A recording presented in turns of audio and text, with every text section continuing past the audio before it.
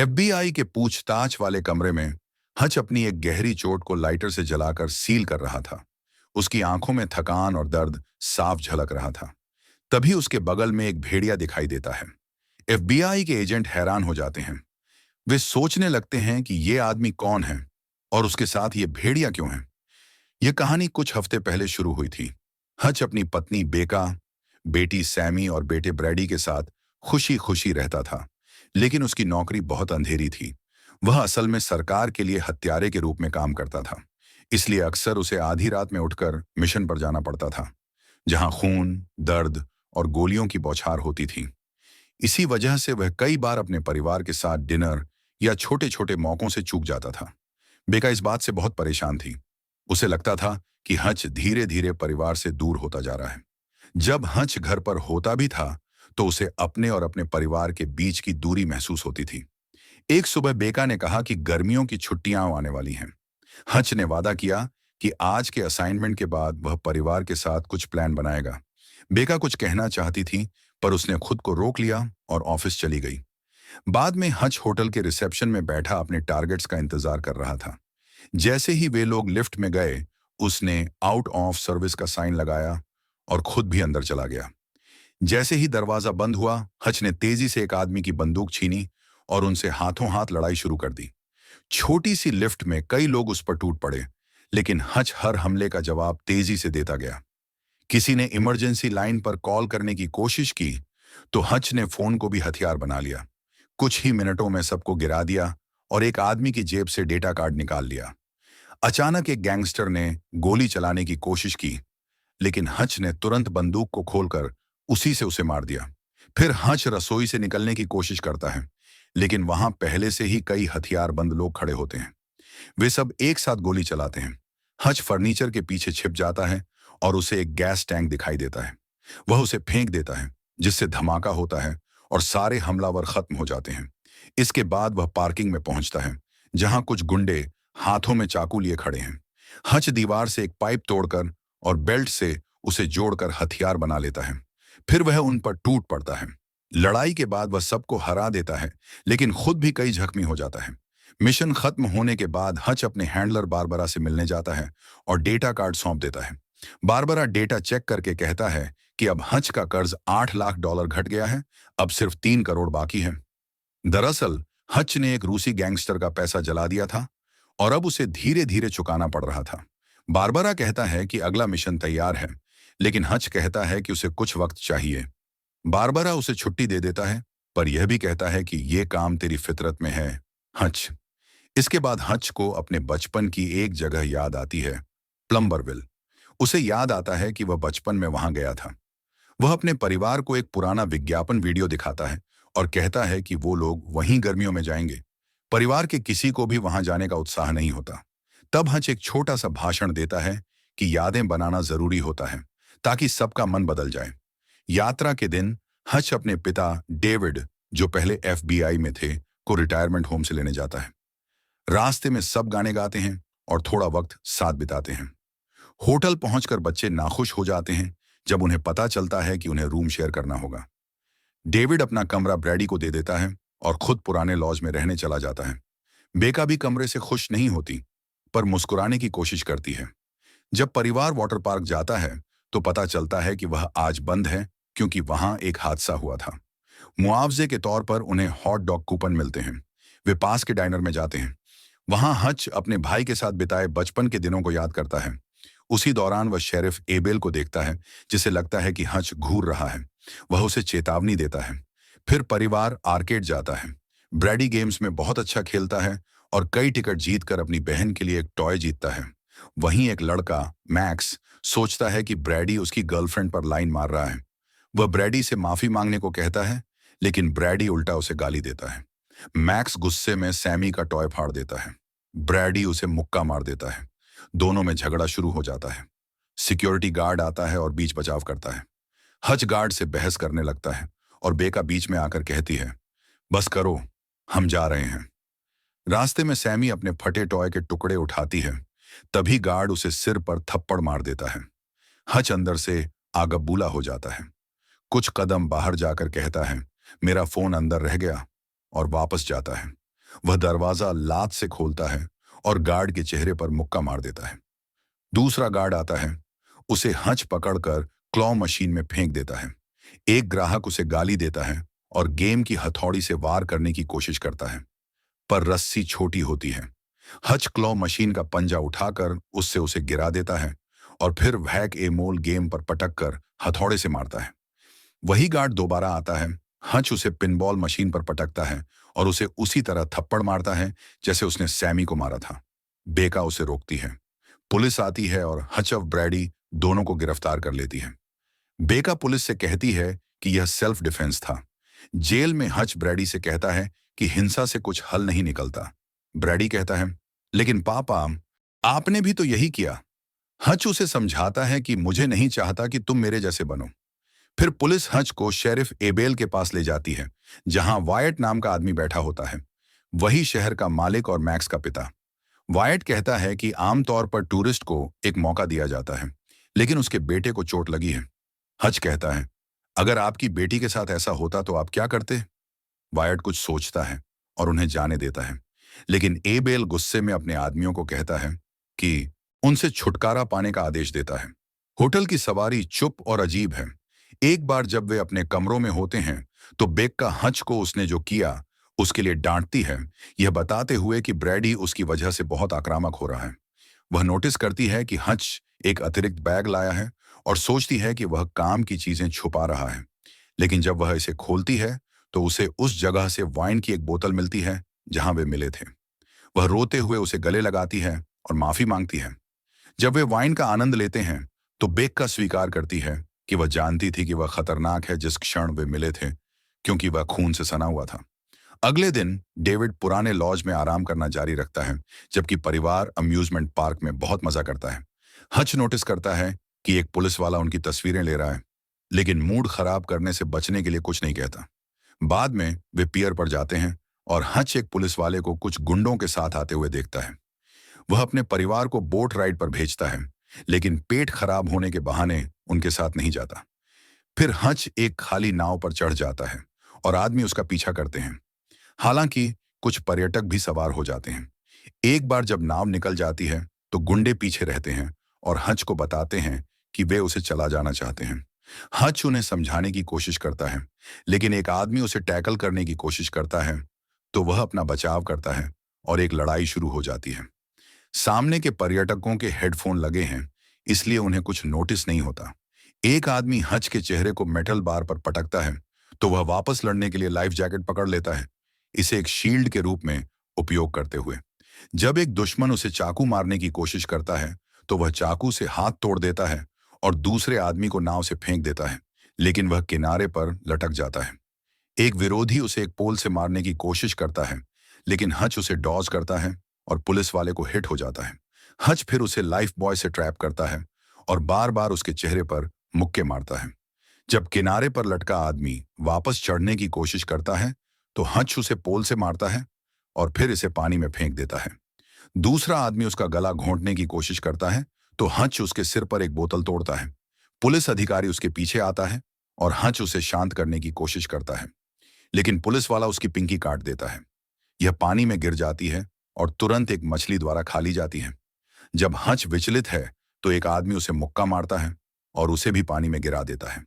गुंडे फिर पुलिस वाले पर चिल्लाते हैं, कहते हैं कि उन्हें एक साधारण पर्यटक को डराने के लिए काम पर रखा गया था, लेकिन हच स्पष्ट रूप से एक प्रशिक्षित आदमी है। उसी क्षण हच नाव पर वापस चढ़ता है, इतना गुस्से में कि वह अब और पीछे नहीं हटेगा। पहले वह पुलिस वाले को पकड़ता है और उसके सिर को छत पर पटकता है। इसके बाद वह एक बतख की मूर्ति तोड़ता है और सिर को एक हथियार के रूप में उपयोग करता है। एक दुश्मन उसे चाकू मारने की कोशिश करता है, लेकिन हच उसका हाथ तोड़ देता है। जब वह एंकर ढूंढता है तो वह एक आदमी की पीठ में चाकू मारता है और उसे पानी में फेंकने के लिए एंकर सिस्टम को एक्टिवेट करता है। आखिर में वह बार बार पुलिस वाले के चेहरे पर मुक्के मारता है, जबकि उसे बता रहा है कि वह छुट्टी पर है। बाद में हच अपने गोद लिए भाई हैरी को कॉल करता है और उसे बताता है कि प्लम्बर विले वैसा फ्रेंडली नहीं है जैसा उसे याद है। हैरी बताता है कि यह जगह एक पुराना ट्रेड रूट है और उनके पिता ने उन्हें पुराने दिनों में वहां ले गए थे, क्योंकि वह एक मिशन पर थे, छुट्टी पर नहीं। वहां सभी पुलिस वाले भ्रष्ट हैं और सिंडिकेट के साथ काम कर रहे हैं। इसके बाद हच बार्बर को कॉल करता है, जो कंफर्म करता है कि प्लम्बर विले सभी प्रकार की अवैध ट्रेडिंग के लिए एक बैक रोड है। प्रभारी अपराध बॉस लेंडिना नाम की एक महिला है। वह अविश्वसनीय रूप से खतरनाक है, इसलिए बारबरा हच को डीएस्केलेट करने की सलाह देता है। इस बीच व्याट और एबेल शिपमेंट के लिए कुछ अवैध कार्गो तैयार कर रहे हैं। एक बॉक्स में एक ब्लिंकिंग स्क्रीन है, क्योंकि व्याट की लेंडिना को परेशानी में डालने की योजना है। व्याट के जाने के बाद एबेल को अपने आदमियों से एक कॉल मिलती है, जो उसे बता रहे हैं कि हच सिर्फ कोई पर्यटक नहीं है। एक कैसीनो में लेंडिना एक ग्राहक के साथ कार्ड खेलने का नाटक कर रही है, केवल अचानक उसके हाथ में चाकू मारने के लिए। फिर वह डीलर का गला काटती है और ग्राहक की आंख में चाकू मारती है, इससे पहले कि वह उसका कान चेक करे। पता चलता है कि उस आदमी के पास एक ईयरपीस था, जिसने उसे धोखा देने में मदद की। यही कारण है कि लेंडिना इतनी नाराज है। ग्राहक के साथ ही भागने की कोशिश करते हैं, लेकिन लेंडिना की हेंचवुमैन जल्दी से उन्हें नीचे लाती है। फिर लेंडिना गार्ड्स को कोई गवाह नहीं छोड़ने और सब कुछ जला देने के लिए कहती है। एक क्रूर लड़ाई तुरंत शुरू हो जाती है और कुछ आदमी भाग जाते हैं। हच एक बंदूक चुरा लेता है और गोलियों और हाथापाई दोनों के साथ ग्रुप से लड़ता है। एक आदमी को वैन की खिड़की पर फेंका जाता है, मैक्स को चौंका देता है। एक गुंडा हच को पकड़ने में कामयाब हो जाता है और उसे एक इलेक्ट्रिक सॉ के खिलाफ धकेलने की कोशिश करता है, केवल हच के लिए पहले उस आदमी के सिर को सॉ में लाने के लिए। फिर हच मैक्स को मुक्त करता है और वे निकलने की कोशिश करते हैं। एबेल गोलीबारी करता है, लेकिन वह अपना एकमात्र शॉट फेल कर देता है। हच उसे पीछे रखने के लिए एक लैंप पर शूट करता है, लेकिन चिंगारी पैसों के ढेर पर गिरती है और गैस तुरंत आग पकड़ लेती है। मैक्स और हच बिल्डिंग से बाहर भागते हैं, जबकि आग तेजी से फैलती है, बैरल से टकराती है और एक बड़ा विस्फोट होता है। जल्द ही लेंडिना घटना के बारे में सीखती है और सिक्योरिटी कैमरों पर हच का चेहरा देखती है। उसकी टीम ने पहले ही उसे ट्रैक कर लिया है और होटल में उसके परिवार को ढूंढ लिया है। एबेल उसे चेतावनी देने की कोशिश करने के लिए उसे कॉल करता है, लेकिन लेंडिना सिर्फ सोचती है कि वह एक अतिशयोक्ति करने वाला बेवकूफ है। बाद में लॉज में हच अपने परिवार के साथ फिर से मिलता है। ब्रैडी तनावग्रस्त है जब वह मैक्स को देखता है, लेकिन लड़के हाथ मिलाते हैं। बेक्का रोती है जब उसे एहसास होता है कि हच दूसरे मिशन के लिए जा रहा है, क्योंकि उसने वादा किया था कि वह उनकी छुट्टियों के दौरान काम नहीं करेगा। हच बताता है कि यह जानबूझकर नहीं था और स्वीकार करता है कि उसके पास अपनी नौकरी पर कोई नियंत्रण नहीं है, इसलिए बेक्का को बच्चों के साथ जाना चाहिए। हालांकि वह मना कर देती है और उसे इसे ठीक करने के लिए कहती है। इसके बाद हच व्याट से मिलने जाता है, जो तुरंत उस पर हमला करता है। हच हर वार को डॉज करता है, जबकि यह समझाने की कोशिश करता है कि उसने मैक्स को बचाया है, लेकिन व्याट नहीं सुनेगा और उसे एक बाड़ के खिलाफ ट्रैप कर देता है। हच उसे मारता है ताकि आखिरकार उसे शांत किया जा सके और सब कुछ समझाया जा सके। फिर व्याट हच को धन्यवाद देने के लिए एक ड्रिंक शेयर करता है और उसे बताता है कि लेंडिना ने उसके पिता को मार डाला। उसने अपराध व्यवसाय में कर्ज विरासत में लिया, लेकिन वह इसे नहीं चाहता, और सबसे महत्वपूर्ण बात, वह नहीं चाहता कि मैक्स इसमें मिल जाए। लेंडिना अभी बदला लेने के लिए एक पूरी टीम इकट्ठा कर रही है, इसलिए उन्हें एक योजना की जरूरत है। व्याट हच को सभी हथियार देता है जो उसके पास हैं और दिन के लिए वाटर पार्क बंद करने के लिए सहमत हो जाता है, ताकि इसे एक युद्ध भूमि के रूप में उपयोग किया जा सके। हैरी और डेविड जल्द ही उन्हें पूरे पार्क में गेम्स पर ट्रैप सेट करने में मदद करने के लिए आते हैं और हच पिंजरे से भेड़िए को मुक्त करता है। लॉज में बेक्का नोटिस करती है कि डेविड ने एक डार्ट गन पीछे छोड़ दी है और बच्चों को बताती है कि वह सैर पर जा रही है। शाम को लेंडिना और उसकी टीम पार्क में आती है। वे बाहर इंतजार करते हैं, जबकि एबेल हच और व्याट के पास जाता है, उन्हें आत्मसमर्पण करने के लिए प्राप्त करने की उम्मीद में। हालांकि दोनों लड़ना चाहते हैं। एबेल यह दर्शाने के लिए एक संकेत करता है कि वह असफल रहा और कार में वापस जाने की कोशिश करता है, लेकिन लेंडिना अपने आदमियों को उसे गोली मारने का आदेश देती है। हच और व्याट छिपने के लिए दौड़ते हैं, जबकि टीम पार्क में घुस जाती है। व्याट पहले ट्रैप को एक्टिवेट करने के लिए गेम्स में से एक पर हथौड़े का उपयोग करता है, जो जमीन में छिपी हुई माइंस के एक गुच्छा को आदमियों के पैरों के नीचे उड़ा देता है। इसके बाद हच कार्निवल बूथ में छिपे कुछ विस्फोटकों को एक ध्यान भटकाने के रूप में सेट करता है, इससे पहले कि वह खुली गोलीबारी के साथ बाहर आए, कई और आदमियों को मारते हुए। जब हच की गोलियां खत्म हो जाती हैं, तो वह शीशों के घर में छिप जाता है। आदमी उसके अंदर पीछा करते हैं और गोलीबारी जारी रखते हैं, लेकिन वे हच के प्रतिबिंब की वजह से सिर्फ शीशे तोड़ रहे हैं। अचानक एक शीशा खुलता है और एक विस्फोटक दिखाता है जो जल्द ही उड़ जाता है, उन सभी को नीचे लाते हुए। जैसे ही हंस अगले ट्रैप तक पहुंचने की कोशिश करता है, एक विरोधी उसे आश्चर्यचकित करने के लिए एक बूथ के पीछे छिप जाता है। हालांकि भेड़िया उसे देखता है और भौंकता है, इसलिए हंस पहले हमला करता है और आदमी को मारता है। इस बीच व्याट बॉल पिट को पार करता है और जब उसके दुश्मन उसका पीछा करने की कोशिश करते हैं, तो वे लैंड माइंस पर कदम रखते हैं जो तुरंत उन्हें मार देती हैं। टीम पार्क के पिछले आधे हिस्से में पहुंचती है और डेविड कवर प्रदान करने के लिए मशीन गन से गोलीबारी करता है। हच भी शूटिंग जारी रखता है और अराजकता में उसकी बांह को घाव लग जाता है।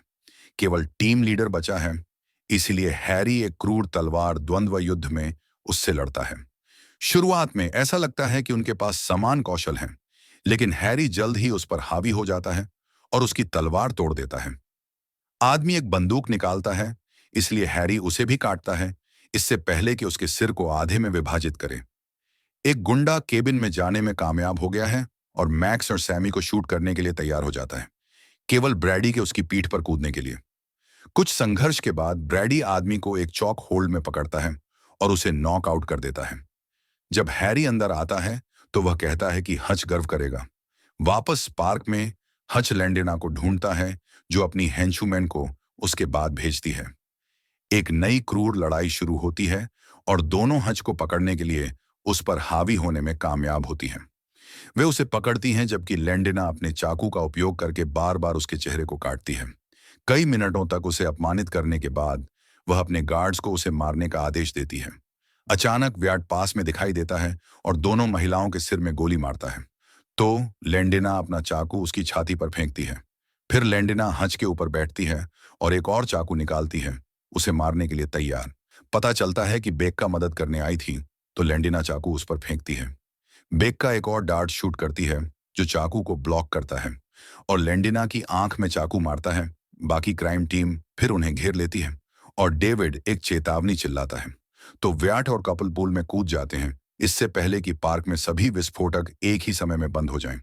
जैसे ही आतिशबाजी आकाश को रोशन करती है, कपल पानी के नीचे किस करता है। वर्तमान में एफबीआई अभी भी हच, बेक्का और भेड़िए से पूछताछ करने की कोशिश कर रहा है। उसी क्षण एजेंटों को एक कॉल मिलती है और उन्हें कपल को जाने देने के लिए मजबूर किया जाता।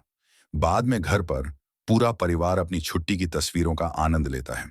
सब्सक्राइब करें और नोटिफिकेशन चालू करें ताकि आप इस तरह के और वीडियो देख सकें।